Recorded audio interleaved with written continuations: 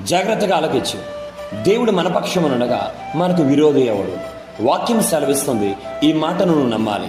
ఈ మాటను బట్టి ధైర్యంగా నిలవబడు. ఈ మాటను బట్టి నీ జీవితంలో ఎదురవుతున్న పరిస్థితికి భయపడకో, మనుషులకి భయపడకో, కలవరపడకో. నీవు దేవుని సొత్తు. నీవు దేవునిక పరిశుద్ధ రక్తము చేత కొనబడి ఉన్నావు. దేవుని విడలారా, ధైర్యము కలిగి ఉండండి.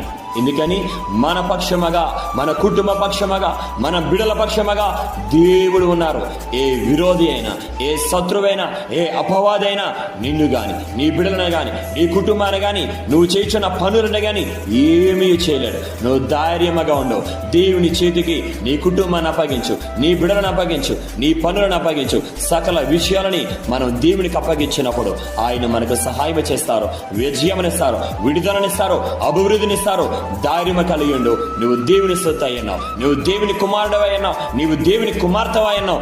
ధైర్యము కలిగి ఉండు. నీవు దేవుని మహిమ అయ్యన్నావు. విశ్వాసములో బలము పొందుకొని ప్రతి దినము కూడా ఇంకొను దేవుని ఆరాధన చేయడానికి సిద్ధపాటు కలిగిన వ్యక్తిగా ఉండు. ఆమేన్.